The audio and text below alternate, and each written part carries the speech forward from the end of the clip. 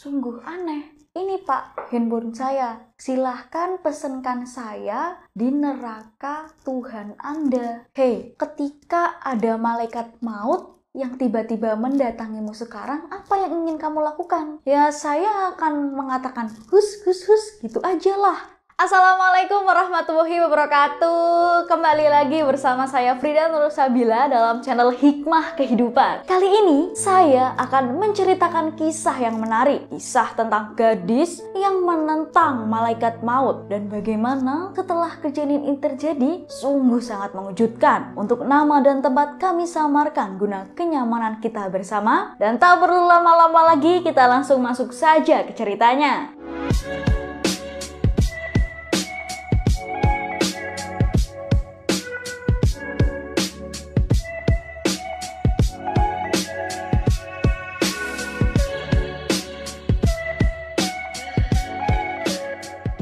Seperti yang saya ceritakan tadi, bahwa ada seorang gadis yang menentang pada malaikat maut. Pada suatu hari, musim panas merupakan ujian terberat bagi kaum muslimah. Mengapa begitu? Karena kaum muslimah ini harus mempertahankan pakaian kesopanannya. Tentu saja gerah dan panas, tapi dengan seperti itu tak lantas menjadikannya menggadaikan agama dan etikanya. Berbeda dengan musim dingin, bisa jadi kita memerlukan kehangatan tubuh dengan menutup telinga dan leher dengan menggunakan hijab yang memang memiliki multifungsi. Di sebuah perjalanan yang panjang dari Jakarta ke Surabaya, ada seorang perempuan yang berpakaian kurang layak untuk dideskripsikan sebagai penutup aurat. Karena menentang kesopanan, ia duduk di dekat pintu keluar bus. Dan dengan cara berpakaian seperti itu,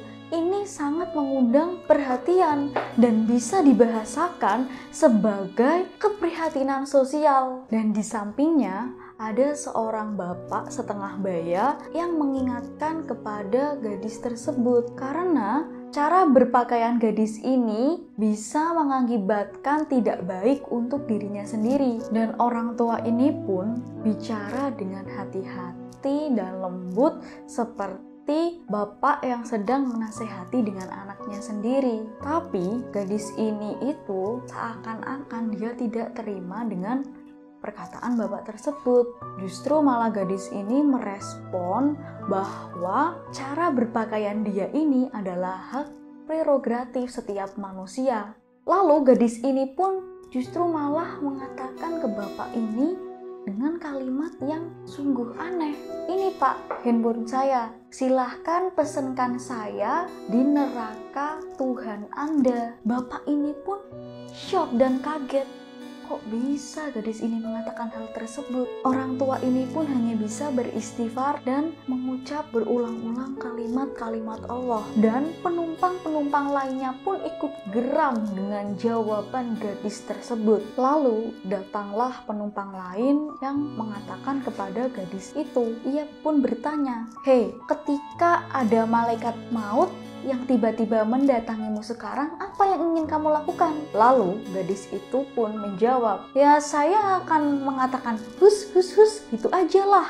Dan tak ingin berdebat lama, penumpang ini pun kembali ke tempat duduk semula. Dan beberapa menit kemudian, suasana dalam bus ini terlihat sangat senyap. Semua penumpang di sini pun tertidur dan mungkin sudah bermimpi. Begitupun gadis itu. 30 menit kemudian, bus ini pun berhenti di sebuah peristirahatan. Dan gadis ini pun masih tertidur di muka pintu, sehingga penumpang lainnya terhalangi untuk menuju keluar. Lalu salah seorang penumpang pun membangunkan gadis tersebut. Bangun!" Penumpang lain pun mengatakan hal yang sama. "Ayo bangunkan saja, hei bangun." Tapi ternyata gadis itu masih terdiam dan tidak bergeming apapun. Kemudian ada salah seorang penumpang yang di dekatnya ini menggerak-gerakkan tubuh gadis itu, dan gadis ini pun tidak mau terbangun. Lantas tiba-tiba orang tua tadi mengecek denyut nadi, dan ketika beberapa detik kemudian Orang tua ini pun menggelengkan kepala. Innalillahi wa inna ilaihi roji'un. Gadis ini rupanya sudah menemui Robnya dengan keadaan yang tidak disangka. Ucap orang tua tersebut dengan lirih. Para penumpang ini pun menjadi cemas atas berita yang menggemparkan itu. Tapi dalam suasana yang kelam kabut itu, 2-3 orang ini pun mencoba mengangkat mayat gadis tersebut.